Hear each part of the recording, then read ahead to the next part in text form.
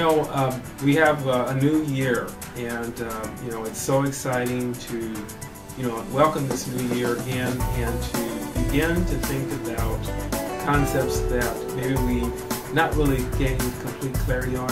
And so what I'm going to talk about today is I'm going to talk about the concept of man does not live by bread alone. And so basically what that means is we have a hunger in our soul that's deeper than the hunger in our stomach.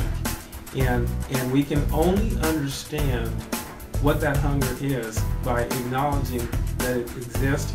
And sometimes it could mean maybe sitting down in a quiet place, gaining a sense of centeredness, gaining a sense of clarity so that we can be honest with who we are, we can be honest with where we're going, and we can start taking responsibility for who we are and where we're going. Now, one of the biggest challenges that we've heard over and over and over again is the biggest problem in our society right now is that there aren't enough jobs. Now, with that said, maybe there aren't enough jobs, but who is talking about the fact that there is more than enough opportunity? And so that's the thing that we have to discern as entrepreneurs. There may not be enough jobs, but there certainly is no shortage of opportunity.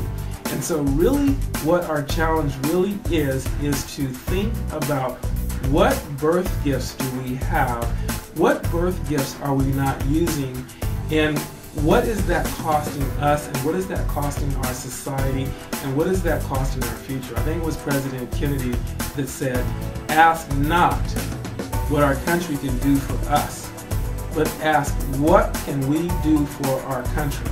Okay? And there's no greater opportunity for us right now than to really step back and say, you know what, I'm just not really being as responsible as I could be. I'm really just not learning as much as I could learn. And I'm just really sitting back and being complacent. And what is that costing me? What is that costing my family? What is that costing my future? And what is that costing my country? And what is that doing to my spirit in terms of just not being true to who I am and just not acknowledging who I am and not acknowledging that deep down burning desire for meaning in life? When we leave this earth, what did we stand for?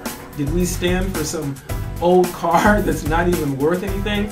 Did we stand for some old piece of home that's burnt down and it's gone? Or did we stand for a concept? Did we stand for a meaning? Did we stand for some substance that our family can take pride in? Oh my God, they stood for this. Oh my God, they left this beautiful one thing behind that changed the world. What is that one thing that we could say? One word that could change the world. Maybe it's the whole concept of understanding the difference between a life of substance and a difference between a life of meaning, and just standing for something that means something that's bigger than ourselves. And so I just want to leave with that basic concept of shifting away from meaningless stuff, shifting away from defining ourselves by our stuff, and shifting toward defining ourselves by our character, defining ourselves by our sense of direction, defining ourselves by our sense of being true to our integrity with who we are, and leading with that as an example, and creating our own opportunities, not sitting around waiting for the government to come around and rescue us, which more than likely is never going to happen.